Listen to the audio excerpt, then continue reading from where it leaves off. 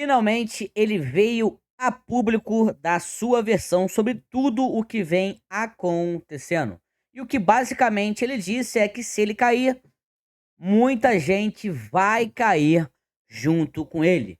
Já o nosso capitão relata que isso é algo claro, que mostra que ele tem algo pessoal com ele e promete novas revelações nas próximas horas. E o capitão também desiste, tá, de apoiar da campanha aí, né, do Ricardo Nunes, né? E você vai entender o porquê de toda essa situação. Agora, o que mais me impressionou não foi o Moraes dizendo que se ele cair, tá?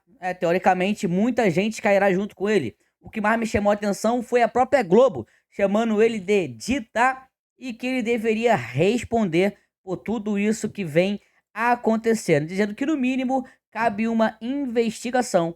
E o Barbudo também foi vaiado em Portugal, ou seja, o vídeo de hoje tem uma infinidade de novidades, tá? Deixa seu like, se inscreva no nosso canal, vamos dar início sem enrolação. Nada mudou, eu continuo 100% um capitão. E você também? Se sim, comenta, estou com o capitão. Qual a nota você avalia o desgoverno do Barba? Ruim ou péssimo? Sem enrolação, vambora. O Barbudo defende Petrobras e culpa postos por aumento nos combustíveis. Tudo isso porque saiu uma notícia ontem dizendo que em São Paulo a gasolina já passou dos R$ 6, rapaz. Incêndio no Pantanal devastou o santuário de araras azuis. Cadê a Marina Silva, hein? Pergunta aqui nos comentários. Aposentados brasileiros em Portugal lutam contra a taxação de 25% do imposto de renda. Quer dizer, o pessoal morando lá tem que pagar imposto de renda aqui. Estou rindo de nervoso, tá, pessoal? IPEA. Inflação desacelera para famílias de baixa renda. Eles brincam com a nossa cara, né? Eles gostam muito de nos tirar de trouxas. Pois é, gostam muito. Olha o que o Tarcísio disse. É grave essa situação e precisa ser investigado com rigor após revelações com o Moraes. O nosso capitão no dia de hoje, hein? E nós não enxergamos. Por exemplo, eu estava solteiro, 17 anos atrás, e de repente passa no corredor alguém. Quando passou, eu olhei o coração desse alguém. Não foi o meio, nem a parte mais superior ou inferior. E acabei me apaixonando, me casando com essa pessoa. Essa pessoa foi a melhor primeira dama do Brasil. Filha de um cabra da peste do Ceará. E por coincidência, o apelido dele é Paulo Negão. Então, por terra, duas narrativas. Que eu não gosto de nordestino e que não gosto de negro. Rapaz, estamos contigo, capitão. Sensacional. Infelizmente, Jair Bolsonaro foi pego com a mão na maior corrupção da história brasileira. Realmente não esperava, decepcionante. A casa caiu. Jair Messias Bolsonaro é pego com a mão na corrupção. Uma notícia aqui pra gente descontrair, né, pessoal? Pô. Do nosso Merval lá no Jornal Globo, eu li bem cedinho hoje. Joga aqui, por favor, produção, para quem quiser acompanhar também, tá lá no Jornal Globo. E você tem toda a razão, e conversando com esses ministros, já há algum tempo, ontem, eles voltaram a defender que é preciso você dar um... Eu falei isso aqui ontem.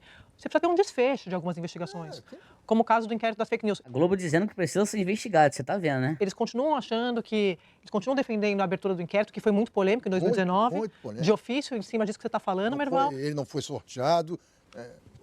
Depois, o decorrer dos processos, até deu razão a ele, porque apareceu muita coisa, muita conspiração, era uma situação muito... Mas se eles tivessem sorteado um juiz para ser, um ministro para ser o relator, a coisa começava bem, né? Mas começou mal. E aí e os poderes foram se acumulando, e em diversas ocasiões ele claramente exorbitou, como no caso do ataque que ele sofreu e a família no aeroporto lá de Roma. Ele exorbitou, porque o inquérito foi fechado por falta de razão e ele mandou reabrir, ou alguém... Olha agora, olha agora. Pressionado por ele, reabrir e dar o resultado que ele queria que desse. Ele foi agredido e tal. Olha só como é que a Globo tá sentando a lenha nele. Aqui, essa revelação dele aqui, basicamente ele disse que se ele cair, muita gente cai junto. Presta atenção. Todas, presidente, todas as defesas, absolutamente todas as defesas, tiveram acesso aos relatórios juntados nos autos e puderam impugná-los. Vários impugnaram. Todos os agravos regimentais foram trazidos ao plenário dessa corte. Absolutamente todos os agravos regimentais foram confirmados por esse plenário. Então, presidente, não há nada a esconder. Todos os documentos oficiais juntados, a investigação correndo pela Polícia Federal, todos já eram investigados. Basicamente ele está dizendo aqui, olha, Polícia Federal, isso, aquilo, todo mundo está certo. Ou seja, ele está lembrando, ó, né, teoricamente assim, se eu cair, todos irão cair. É basicamente isso. Previamente, nos inquéritos já citados, Procuradoria acompanhando e todos, repito, todos os agravos regimentais, todos os recursos contra as minhas decisões, inclusive de juntada desses relatórios, todos que foram impugnados foram mantidos pelo plenário do Supremo Tribunal Federal. Então, presidente, eu só tenho novamente agradecer a Vossa Excelência, ao ministro Decano, aos meus pares, ao Procurador-Geral da República e dizer que lamento que interpretações falsas, interpretações errôneas. Como é que interpretações falsas, se foram os próprios assessores dele falando, cara? Boa ou má fé, acabem produzindo o que nós precisamos combater nesse país, que são notícias fraudulentas. O que se vê de ontem para hoje é uma produção massiva de notícias fraudulentas para novamente tentar desacreditar o Supremo Tribunal Federal, as eleições de 2022 e a própria democracia no Brasil. Obrigado, presidente. São os próprios assessores dele falando, cara. Lula está, como o Camarote falou, né, emparedado. Ele se sentiu muito traído. O quê? O quê? Fala comigo, Daniela. Lula está, como o Camarote falou, né, emparedado. Ele se sentiu muito traído. Tadinho de painho. Rapaz, tadinho, tá? E essa jornalista aqui da Globo, ela revela que os próprios ministros lá, eles não estão, assim, favoráveis tanto ao Moraes, tá? Eles estão ali meio que, né, falando pro público ali que estão defendendo ele e tal, mas internamente, tá? Segundo ela, né, com as suas fontes, eles estão bastante chateados e irritados com o Moraes. Tudo que você precisa explicar é ruim. A conversa entre os dois assessores, eu acho que esse é um ponto importante. Eles levantam ali, hoje essas conversas são públicas por causa da reportagem da Folha de São Paulo, levantam questões que nos fazem pensar. Se eles achavam que tinha algo a ser escondido ou a ser disfarçado, acho que a gente tem que debater o porquê. Parece maluco. Se eles que são os especialistas... Peraí, deixa eu só concluir, Valdinho. Esse é meu primeiro ponto. O segundo ponto, sim, dentro do Supremo, eu também tenho essa apuração, como eu estou contando aqui, de que eles estão fechados, pelo menos de forma pública, com o ministro Moraes. Olha agora. Porque aquilo é uma defesa da instituição. Eles acham que se eles não se defenderem publicamente, isso vai abrir brechas, para você ter questionamento e que isso possa levar a algum tipo de nulidade dos processos, e dois, eu sou você amanhã, depois um outro ministro acontece alguma coisa, não tem a defesa ali, a pessoa fica isolada. Então, esse é o grande... Ela está dizendo que basicamente eles estão ali protegendo o Moraes, porque amanhã pode ser com ele. Será que então quem está dizendo isso é porque está devendo? Perguntar não ofende, né? Questão do Supremo hoje. Mas eu vou repetir aqui.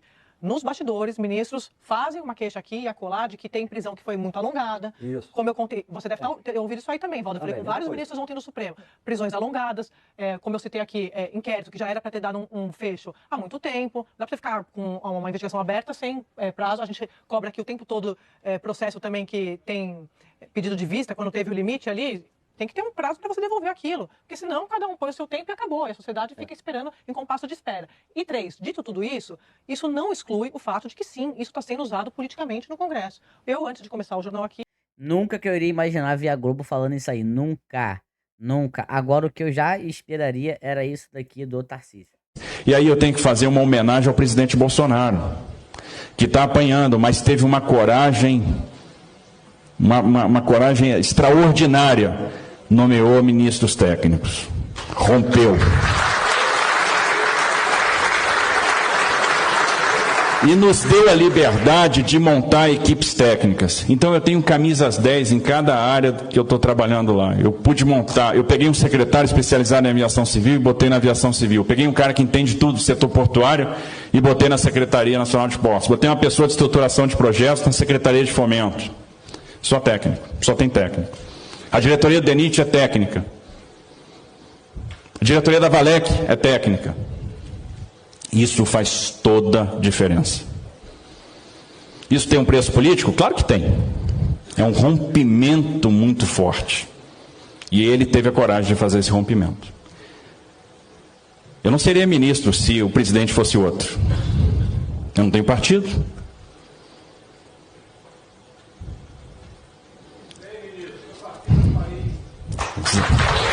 Muito legal, né, cara? A pessoa ser grata a outra é algo fenomenal. Alô a todos, aqui é o Vitor Fazano. Sempre que colegas me perguntam do porquê eu não ser eleitor de Lula, eu respondo com toda tranquilidade, conhecer bem os crimes que ele foi condenado. Mas no meu caso, especificamente, estive na região amazônica no governo dele, gravando uma minissérie intitulada De Galvez a Chico Mendes, onde nos deparamos com cenas dantescas de incêndios, corte de florestas e grilagem de terra. Imediatamente, um grupo de artistas se propôs a criar o Amazônia para Sempre, documento com demandas ambientais que levaríamos ao governo federal. Na época, não quiseram nos receber por longos meses, finalmente, quando o fez, assinou e se comprometeu, mas nada fez. Aliás, meio ambiente é pauta de governo algum. Mas colegas continuam insistindo, agora ele fez acordos, agora ele assinou documentos, compromissos. Mas se não valia a assinatura dele lá, valerá agora? Será que para se defender a democracia é preciso eleger um condenado corrupto? Será que para defender a democracia você precisa cercear a imprensa? Eu não apoio quem eu não confio. Fui claro.